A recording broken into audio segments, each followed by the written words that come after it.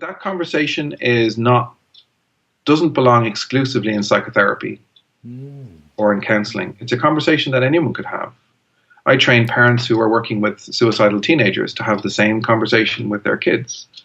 I've just started a project where we might be training people from minority groups to work with peers. Exactly the same conversations.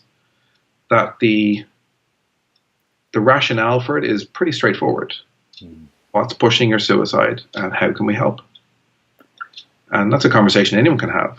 Yeah, not just a psychotherapist or psychologist or someone in the talking professions. Yeah, and this feels really important in terms of the bigger discussion around, is suicide a symptom? Like, where do we get help for our suicidality? Like, it's not, if it's not in A&E, where's it going to be? And like the need to envision a whole different way of helping each other. And it sounds like you're actively involved in those kinds of projects. It would be an alternative. I think suicide is an issue that belongs to society. It doesn't belong to healthcare. It doesn't belong to psychiatry. It doesn't belong to counsellors or therapists or psychologists or GPs. It belongs to all society. So everyone needs to have some level of knowing about it.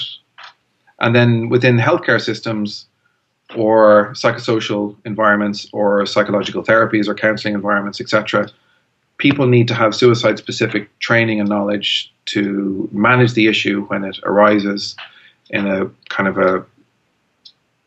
Well, manage the issue is kind of the right term. You're managing something. And that's very different than what therapists or counsellors are trained to do a lot of the times.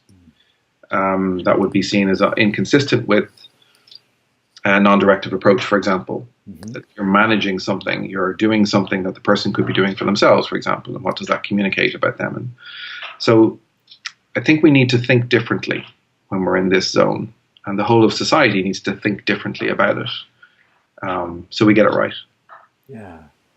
It feels like as much a political issue, I guess, in terms of how we function in our societies and our cultures, and how we can know how to be helpful. Yeah, I think you're right. I think the level of awareness of how we should approach things is very, very limited and poor. And everyone retreats to the safety, what feels like the safety of the medical model when they're uncertain.